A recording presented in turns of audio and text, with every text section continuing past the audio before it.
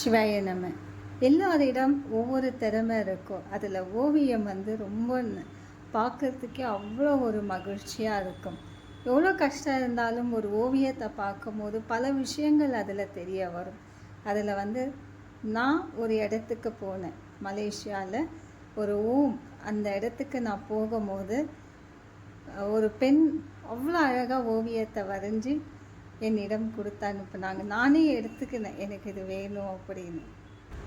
அந்த ஓவியம்தான் விநாயகர். எவ்வளோ அழகாக எழுதியிருக்காங்க. அவங்களுடைய பெயர் விக்னேஸ்வரி. எனக்கு சின்ன வயசுலேருந்து ஓவியம் ரொம்ப பிடிக்கும். ஓவியத்தை நான் நினச்ச ஒரு கற்பனை கூட அதை வரைஞ்சி நான் பார்க்குவேன். எல்லோருக்கும் ஒவ்வொரு திறமை இருக்கும். எனக்கு பிடித்தது ஓவியம். ஏதாவது ஒரு இயற்கை நான் ரசித்தேன்னா அதை ஓவியமாக நான் எழுதி பார்ப்பேன். அதே போல் என்னுடைய பெண் பிள்ளை நல்லா ஓவியம் எழுதுவாங்க. சிவன் எழுதியிருக்காங்க. இது வெறும் பென்சிலில் தான் எழுதுந்து கிருஷ்ணன் எழுதியிருக்காங்க.